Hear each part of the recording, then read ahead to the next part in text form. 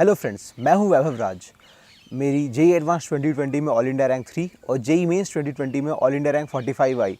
तो आज Delhi knowledge track के इस वीडियो में मैं आपसे शेयर करूंगा अपनी स्ट्रैटेजी और ऐसे टिप्स जिसको यूज़ करके आप अपनी रैंक को इम्प्रूव कर सकते हैं।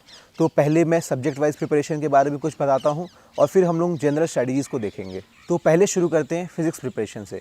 फिजिक्स में जो सबसे बेसिक बुक है वो है concepts of physics by H C Verma volume 1 और वॉल्यूम 2। दोनों ही बहुत इंपॉर्टेंट बुक्स हैं जो कि आपके थ्योरेटिकल अंडरस्टैंडिंग को बहुत इंप्रूव करेंगे। इसमें पर्टिकुलरली जो क्वेश्चंस फॉर शॉर्ट आंसर है उन पे भी स्पेशल ध्यान दें, क्योंकि वो भी आपके नॉलेज में जो भी गैप्स हैं उनको फिक्स कर देंगे। सभी प्रॉब्लम्स को रिलीजियसली अटेम्प्ट करें और जिन प्रॉब्लम्स में आपको कठिनाइयाँ हों उन सभी को आप एक बार जाकर कॉन्सेप्ट्स में रिवाइज़ करें, जिससे कि आपका इम्प्रूवमेंट होगा। प्रैक्टिस बुक के लिए आपको आई रोडोव को कंसिडर करना चाहिए। उसमें इलेक्ट्रोडायनेमिक्स और मैकेनिक्स के बहुत सारे सवाल हैं और बहुत ही रेलेवेंट भी हैं वो जेई एडवांस के लिए। इनफैक्ट बहुत समय तो जेई एडवांस में सीधे क्वेश्चंस यहीं से आ जाते हैं।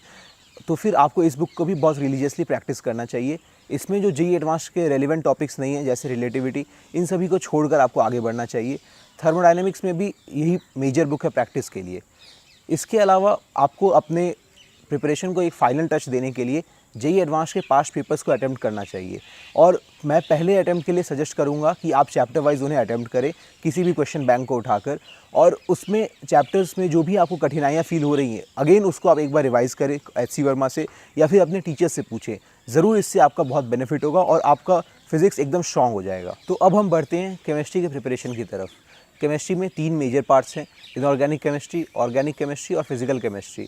इसमें जो सबसे थ्योरेटिकल पार्ट है वो है फिजिकल केमिस्ट्री, जिसमें मैथमेटिक्स की भी यूज़ है। इसके अलावा ऑर्गेनिक केमिस्ट्री, जिसको यूजुअली सबसे हार्डेस्ट माना जाता है, वो भी बहुत इंपॉर्टेंट है। इनऑर्गेनिक केमिस्ट्री में जो स्टार्टिंग के चैप्टर्स है जैसे कोऑर्डिनेशन कंपाउंड्स या फिर केमिकल बॉन्डिंग, इनमें थ्योरेटिकल अंडरस्टैंडिंग की ज़रूरत है। इसके बाद जो अंडरस्टैंडिंग आपने इसमें डेवलप की उसको यूज़ करके आपको P block, S block, D block और जेई मेंस वाले टॉपिक्स जैसे एफ ब्लॉक को याद करना पड़ता है। तो हम लोग सबसे पहले शुरू करते हैं फिजिकल केमिस्ट्री से। फिजिकल केमिस्ट्री के लिए एनसीईआरटी और आरसी मुखर्जी की बुक सबसे इंपॉर्टेंट है। इससे आपका जो थ्योरेटिकल अंडरस्टैंडिंग डेवलप होगा उसको आप पहले एक बार टेस्ट कर सकते हैं इन दोनों में जो प्रॉब्लम्स गिवन है उन्हीं को सॉल्व करने की कोशिश करके।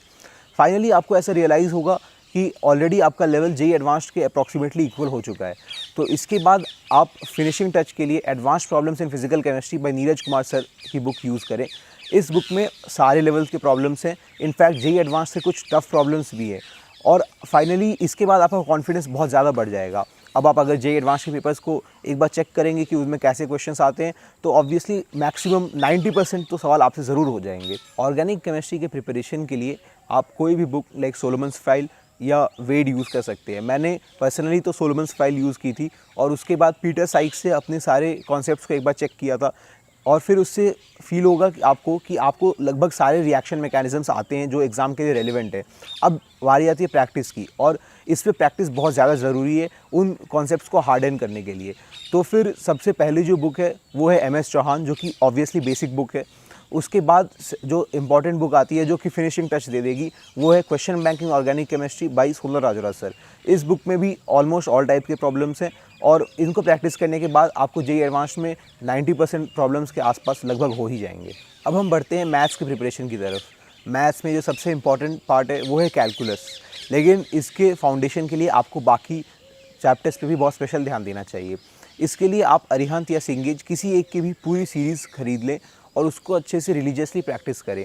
उसमें आपके सारे कॉन्सेप्ट्स तो कवर हो ही जाएंगे और उसके बाद सारे प्रैक्टिस प्रॉब्लम से आप इम्प्रूव भी कर पाएंगे। कैलकुलस के लिए एक स्पेशल बुक समीर बंसल भी आपको कंसल्ट करनी चाहिए, उसमें बहुत सारे अच्छे प्रॉब्लम्स हैं, इससे आपका बहुत इम्प्रूवमेंट होगा। इसके अलावा जेई एडवांस के जो ओरिजिनल प्रॉब्लम्स है उनसे आपको रियलाइज़ होगा कि जेई एडवांस का लेवल मैथ्स में पार्टिकुलरली इतना भी ज़्यादा टफ नहीं होता है। तो आप अप्रॉक्सीमेटली 70 to 80% प्रॉब्लम्स तो ज़रूर कर पाएंगे इन बुक्स को सॉल्व कर लेने के बाद। स्पीड की बात आती है तो स्पीड के लिए आपको एक टाइमर लगा के प्रैक्टिस करना चाहिए और अपने कोचिंग मटेरियल के होमवर्क वगैरह को भी रिलीजियसली सॉल्व करना चाहिए। इससे आपकी स्पीड में ज़रूर एक बूस्ट मिलेगा। अब मैं आपको अपनी जेई एडवांस स्ट्रैटेजी के बारे में बताऊंगा कि मैंने किस तरह से एग्ज़ाम पेपर को अटेम्प्ट किया था। मेरा एक बहुत ही फिक्स्ड रूल था जो कि मैंने बहुत सारे टेस्ट में एक्सपेरिमेंट करने के बाद फाइनलाइज़ किया था कि मैं सबसे पहले 1 घंटे में फ़िज़िक्स को सॉल्व करने की कोशिश करूँगा। इसमें अप्रॉक्सीमेटली 15 to 17 प्रॉब्लम्स मेरे ज़रूर हो जाया करते थे उस प्रैक्टिस के बाद, जो कि मैंने आपको वीडियो के स्टार्टिंग में बताया। इसके बाद फिर मैं मैथ्स पे जाता था और उसमें भी करीब 70 मिनट्स देने के बाद लगभग 17 के आसपास सवाल कर लेता था। If the paper is hard मेरे करीब 14 से 15 सवाल हो पाते थे, लेकिन ऐसा कोई प्रेशर की बात नहीं है क्योंकि फाइनली अगर पेपर टफ़ है तो वो सभी के लिए टफ़ होगा ही।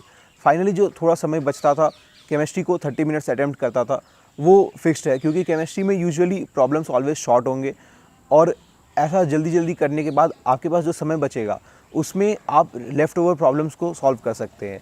फाइनली कुछ सवाल ऑब्वियसली छूटेंगे ही और इसके लिए कोई प्रेशर लेने की ज़रूरत भी नहीं है। एग्ज़ाम में जो आपने पढ़ाई की है उसके साथ इक्वली इम्पॉर्टेंट है आपकी स्ट्रैटेजी और आपका कॉन्फिडेंस। तो यदि आप अपने कॉन्फिडेंस को बढ़ा के जाएंगे, अपनी स्ट्रैटेजी को प्लान करके जाएंगे और उस स्ट्रैटेजी को फॉलो भी करेंगे एग्ज़ाम हॉल में, तो आपके ज़रूर बहुत अच्छे मार्क्स आएंगे। तो ऑल द बेस्ट बोलना चाहूँगा मैं आपको for all your future endeavours. Thank you.